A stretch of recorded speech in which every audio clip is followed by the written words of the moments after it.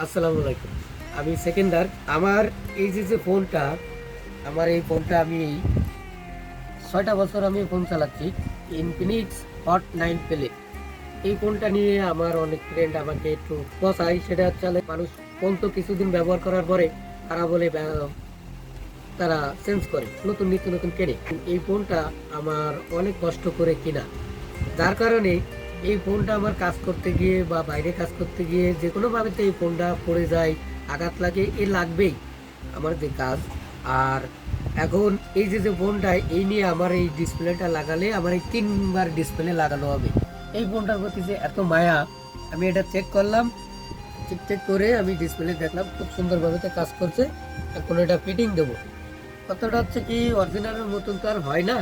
তারপরও জিনিসটা তো অনেক কষ্টের জিনিস, কষ্টের টাকা দিয়ে কিনা।